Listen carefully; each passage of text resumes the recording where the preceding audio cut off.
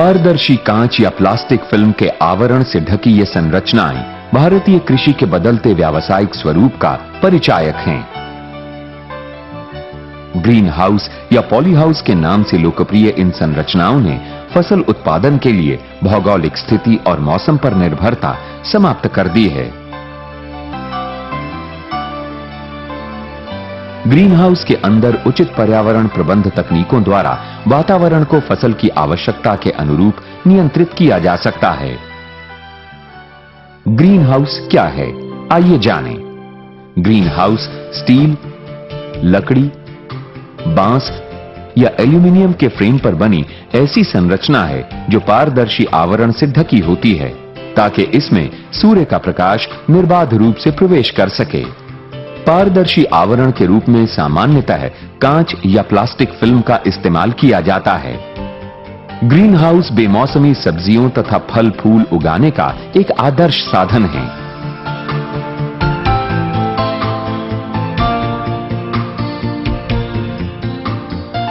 इसके अतिरिक्त पौध तथा टिश्यू कल्चर से विकसित नाजुक पौधों को कठोर बनाने के लिए ग्रीन हाउस का नियंत्रित वातावरण उपयोगी होता है। ग्रीन हाउस मूल रूप से सौर ऊर्जा का बेहतर उपयोग करने वाली संरचनाएं हैं। सूरज की रोशनी में मौजूद ताप ऊर्जा पारदर्शी आवरण को पार कर ग्रीन हाउस के अंदर प्रवेश करती है, परंतु चारों ओर से बंद होने के कारण 70 से 75% ताप ऊर्जा ग्रीन हाउस में ही कैद हो जाती है। फलस्वरूप ग्रीन हाउस के भीतर का तापमान बाहरी वातावरण की अपेक्षा बढ़ जाता है। आमतौर पर फूलों एवं सब्जियों की अच्छी बढ़वार व पैदावार के लिए 15 से 30 डिग्री सेल्सियस तापमान तथा 60 से 85% आपेक्षिक आर्द्रता उपयुक्त मानी गई है। मौसम कोई भी हो, ग्रीन हाउस के भीतर फसलों की बढ़वार के लिए अनुकूल वातावरण उपलब्ध कराया जाता है और यही ग्रीन हाउस की मुख्य विशेषता है। हमारे देश में मुख्य रूप से 4 डिजाइन के ग्रीन हाउस बनाए व इस्तेमाल किए जाते हैं, जिनकी अपनी अपनी विशेषताएं व उपयोगिताएं हैं।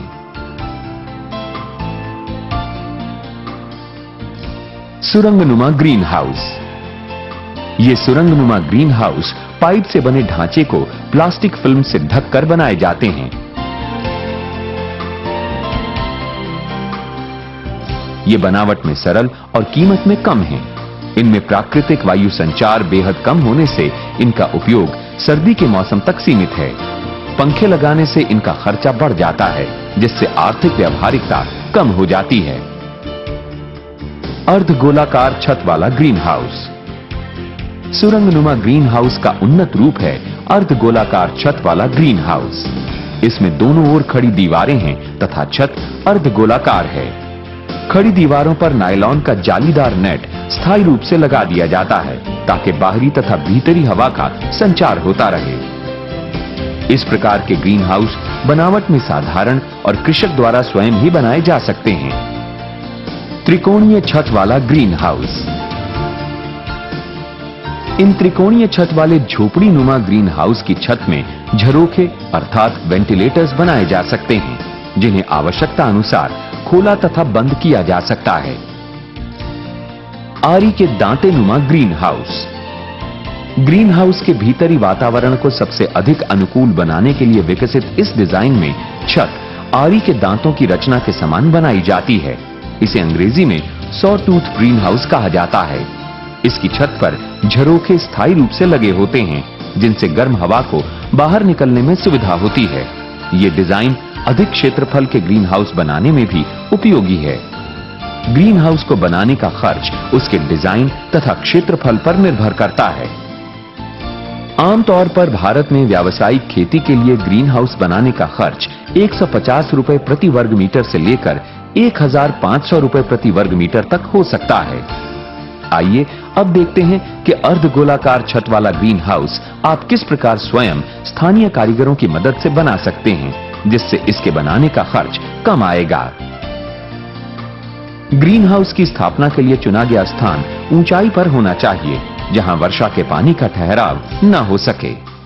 ग्रीन हाउस को तेज हवा या आंधी से होने वाले नुकसान से बचाने के लिए वायु रोधक के रूप में वृक्षों की बाड़ लगानी उपयोगी रहती है।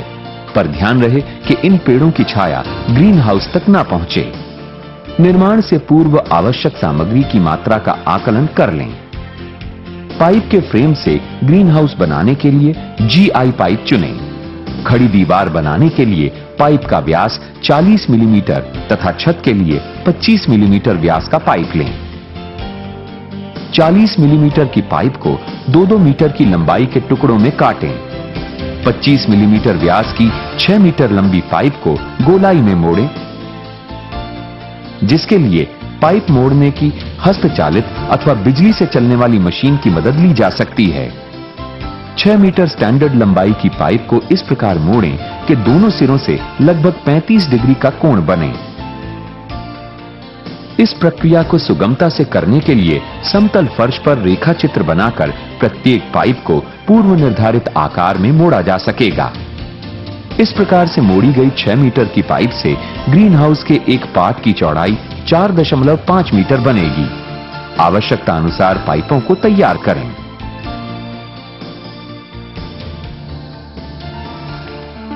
ग्रीन हाउस बनाने के स्थान पर खेत में एक आयताकार क्षेत्र बनाएं, जिसकी चौड़ाई 4.5 मीटर तथा लंबाई आवश्यकता अनुसार हो।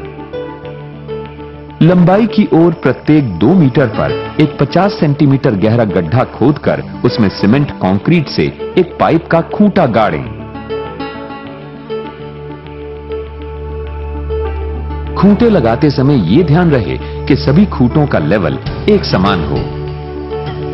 खूंटे के 10 से 15 सेंटीमीटर की लंबाई में 2 मीटर लंबाई के पाइप के पोल लगाएं। इस प्रकार सभी पोल लग जाने पर उनके ऊपरी सिरों पर पहले से तैयार मोड़ी गई पाइप लगाकर ग्रीन हाउस की छत का ढांचा खड़ा करें। पाइपों के सिरों की आपस में मजबूत पकड़ के लिए नट बोल्ट कसें। पाइप का ढांचा खड़ा होने के बाद लकड़ी की पट्टी लगाकर चारों ओर से नायलॉन का नेट लगाएं। नेट के छिद्रों का आकार 40 मैश होना चाहिए।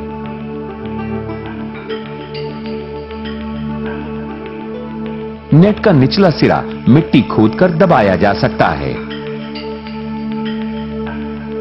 अब बारी है ग्रीन हाउस की छत व दीवारों पर प्लास्टिक फिल्म लगाने की।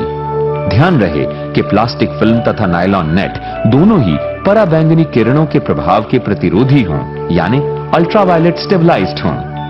साधारण प्लास्टिक फिल्म या नेट पराबैंगनी किरणों से 6 से 8 महीनों में ही खराब होकर फट जाते हैं।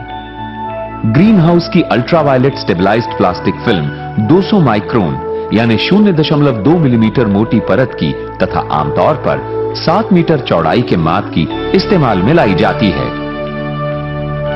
चारों ओर की दीवारों पर प्लास्टिक के मोड़ने योग्य पर्दे लगाने से वायु संचार नियंत्रण में सहायता मिलती है। ग्रीन हाउस में प्रवेश के लिए एक प्रवेश कक्ष बनाएं, जिसमें 2 द्वार हों। प्रथम द्वार से प्रवेश कक्ष में जाकर इसके दूसरे द्वार से ग्रीन हाउस में प्रवेश करें। इससे बाहरी वातावरण में उपस्थित कीटों आदि के ग्रीन हाउस में जाने की संभावना कम हो जाती है। आइए अब देखें कि विभिन्न प्रकार के ग्रीन हाउस में भीतरी वातावरण को कैसे नियंत्रित किया जाता है। ग्रीन हाउस के भीतरी वातावरण में तापमान व आर्द्रता का प्रबंध वायु संचार यानी वेंटिलेशन पर निर्भर करता है। वायु संचार के 2 साधन हैं, एक प्राकृतिक और दूसरा यांत्रिक। प्राकृतिक वायु संचार ग्रीन हाउस के डिजाइन और बाहरी हवा के बहाव पर निर्भर करता है। आमने सामने की दीवारों से प्लास्टिक के पर्दे को ऊपर समेट देते हैं ताकि बाहरी हवा नायलॉन के नेट से अंदर जा सके तथा अंदर की गर्म हवा को दूसरी ओर से बाहर निकाल दे। ग्रीन हाउस में यदि छत पर लगे झरोखे हैं तो अंदर अधिक गर्मी होने पर उन्हें खोलें और ग्रीन हाउस के अंदर का तापमान उपयुक्त होने पर इन्हें बंद करें।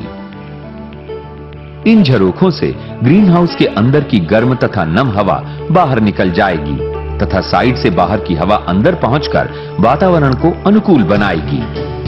कुछ ग्रीन हाउसों में छत के पास स्थायी रूप से झरोखे यानी वेंटिलेटर्स बनाए जाते हैं ताकि वायु संचार बना रहे। इस प्रकार के ग्रीन हाउस प्राकृतिक वायु संचार के लिए उत्तम हैं। ग्रीन हाउस का भीतरी वातावरण प्राकृतिक वायु संचार से अपेक्षाकृत कम प्रभावित होता है। इसलिए ऊर्जा की खपत कम या बिल्कुल न होने से प्रबंधन का खर्च काफी कम हो जाता है। यदि ग्रीन हाउस का भीतरी वातावरण प्राकृतिक वायु संचार से अनुकूल न बन पाए तो यांत्रिक साधनों जैसे पंखे, हीटर इत्यादि की सहायता लेनी पड़ती है। इस प्रकार के साधनों के इस्तेमाल में प्रयत्न करना होता है कि 1 मिनट में ग्रीन हाउस में कुल भीतरी आयतन के बराबर वायु का आदान प्रदान हो सके। वर्ष के अधिकांश समय भारत में ग्रीन हाउस का भीतरी तापमान बाहरी तापमान के मुकाबले अधिक रहता है। इसलिए यांत्रिक विधि में ग्रीन हाउस के अंदर शीतलन प्रणाली प्रयुक्त की जाती है। इसमें पंखों के साथ साथ पैड भी होते हैं, जिन्हें पानी द्वारा लगातार गीला करके छिद्रों द्वारा हवा को प्रवाहित किया जाता है। इस प्रकार अंदर आने वाली बाहरी हवा इन गीले पैड से होकर गुजरती है। नतीजा हवा का ठंडा होना। लगातार ठंडी हवा आने से ग्रीन हाउस के अंदर का तापमान कम हो जाता है, जो पौधों के अनुकूल होता है। इस प्रक्रिया को वाष्प शीतलन कहा जाता है। यह प्रक्रिया तब बहुत प्रभावी होती है जब बाहरी तापमान अधिक तथा आर्द्रता कम हो। ग्रीन हाउस के अंदर का तापमान कम करने तथा आर्द्रता को बढ़ाने के लिए फॉगिंग तकनीक का इस्तेमाल भी किया जाता है। इसमें उच्च दाब के फव्वारों से पानी की बहुत महीन बूंदें वातावरण में फैला दी जाती हैं तथा अंदर की हवा को बाहरी हवा से पंखों द्वारा बदल दिया जाता है। यह प्रक्रिया पौध व टिश्यू कल्चर पौधों के लिए बहुत प्रभावी है।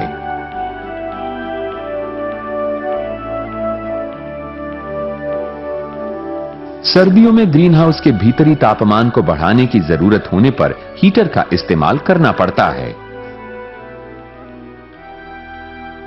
ग्रीन हाउस की पर्यावरण प्रबंध तकनीकों ने किसानों के लिए मौसम के उतार चढ़ाव की परेशानी को कम कर दिया है। अब किसान भाई ग्रीन हाउस में फसल का अनुकूल वातावरण उत्पन्न कर बेमौसमी तथा उच्च गुणवत्ता की सब्जियां व फूल उगा सकते हैं।